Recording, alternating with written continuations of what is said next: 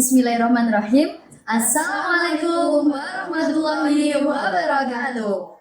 Semoga kita selalu diberikan kesehatan oleh Allah SWT. Pendidikan bukan hanya berfokus pada penyampaian materi, tetapi juga apa yang didapatkan oleh murid.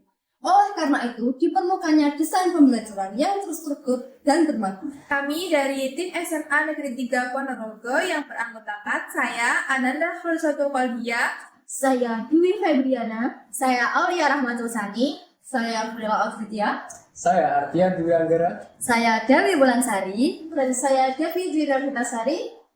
Kami akan memaparkan analisis kritis desain pembelajaran Understanding by Design atau UBD dalam mata pelajaran Pendidikan Pancasila. Selamat menyaksikan. Pada kesempatan kali ini, kami akan memaparkan hasil desain ulang RPM yang tujuan pembelajarannya masih belum sesuai dengan kerangka UBD.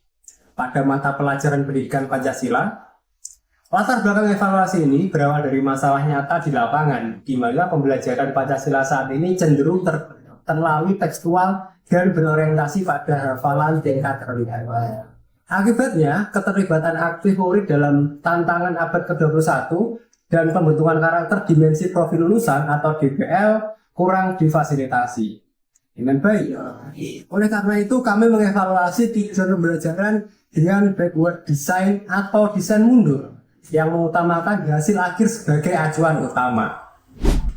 Oke rekan-rekan semuanya, kami mengawalinya dengan menganalisis secara kritis tujuan awal yang diberikan kepada kami oleh dosen untuk dievaluasi. Nah, evaluasi kami berdasarkan 3 tahap UBD ya.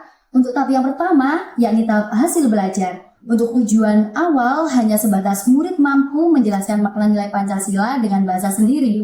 Ini masih didominasi di level C2 atau pemahaman dasar, belum menyentuh kemampuan transfer kompetensi secara real. Kedua, pada bukti penilaian, evaluasi masih didominasi dengan tanya jawab spontan dan tugas sederhana saat diskusi kelompok. Belum ada instrumen penilaian kinerja otentik yang memiliki rubrik objektif. Yang ketiga, pada rencana pembelajaran, metode ceramah interaktif dan kerja kelompok yang digunakan masih standar. Langkahnya kurang variatif untuk memantik deep learning atau memberikan ruang bagi murid dalam merevisi pemikiran mereka. Melihat hal tersebut, kelompok kami mengevaluasi unit pembelajaran tersebut menjadi problem-based learning atau studi kasus kontekstual dengan durasi 80 menit. Di tahap 1 yang baru, kami meningkatkan capaian ke tingkat HOTS. Murid ditargetkan mampu menganalisis dilema etika sosial dengan pertanyaan pemantik provokatif seperti apa konsekuensi sosial jika sebuah masyarakat mengabaikan internalisasi nilai-nilai Pancasila. Di tahap 2 yang baru, kami menyusun LKM terstruktur komprehensif 4 aktivitas ini. Yang pertama, mengidentifikasi makna konvensional Pancasila di kehidupan sehari-hari. Kedua, studi kasus konkret, yaitu menganalisis kasus perundungan dan diskriminasi terhadap murid bernama Raka di lingkungan SMA Nusantara. Yang ketiga, merumuskan gagasan solutif kreatif dalam bentuk produk nyata seperti infografis atau poster kampanye sosial berkelompok. Yang keempat, refleksi personal terhadap skala sikap pribadi. Semua ini didukung oleh rubrik penilaian komprehensif yang mencakup aspek sikap, pengetahuan, dan keterampilan presentasi. Selanjutnya, pada tahap 3, yaitu rencana pembelajaran. Alur instruksional kami susun rapi mengacu pada 3 pilar suasana, yaitu mindful, meaningful, dan joyful. Pertama, pendahuluan. Selama 10 menit, mengkondisikan psikologis murid dengan teknik kesadaran penuh dan melalui teknik STOP. STOP sendiri merupakan akronim dari langkah-langkah untuk berhenti sejenak, meredakan stres, dan mengembalikan fokus. Diikuti apersepsi bermakna, menyandingkan foto gotong royong, dan cyberbullying, lalu melontarkan pertanyaan esensial. Selanjutnya, pada kegiatan inti 60 menit, murid bekerja dalam kelompok heterogen, melakukan analisis empati mendalam terhadap kasus Raka lewat LKM aktivitas 1 dan 2. Kemudian, dilanjutkan perumusan solusi kreatif kelompok di aktivitas 3 dan melakukan diskusi silang antar kelompok. Terakhir, yaitu penutup.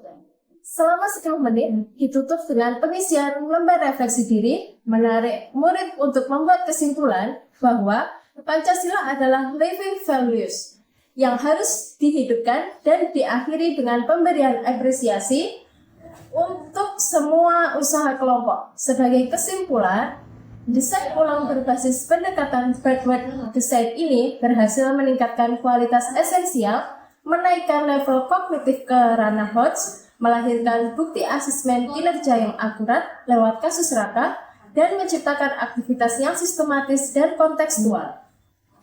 Jadi teman-teman, analisis kritis kami terhadap tujuan awal dari tim PPL SMA 3 Ponorogo menunjukkan adanya keselarasan secara keseluruhan. Pembelajaran awal yang masih terlalu tekstual, monoton, dan dominan di tingkat hafalan C2. Akibatnya, perangkat tersebut belum mampu memfasilitasi keterlibatan aktif siswa dalam tantangan abad ke-21. Nah, sebagai solusi kerangka backward design atau UBD, murid mampu mengubah paradigma tersebut menjadi penguasaan kompetensi yang lebih nyata lewat model case-based learning dari studi Kasraka selama 80 menit. Kami menaikkan tingkat kognitif ke ranah HOTS, kemudian menyusun LKM terstruktur yang valid, serta menerapkan alur pembelajaran yang mindful lewat teknik STOP, meaningful, dan joyful. Intinya, desain ulang ini berhasil mentransformasi pendidikan Pancasila dari sekadar hafalan menjadi pembelajaran yang sistematis dan kontekstual. Melalui analisis empati kasus real ini, murid tidak hanya aktif, tetapi juga mampu mengaktualisasikan Pancasila sebagai living values demi wujud nyata dimensi profil lulusan.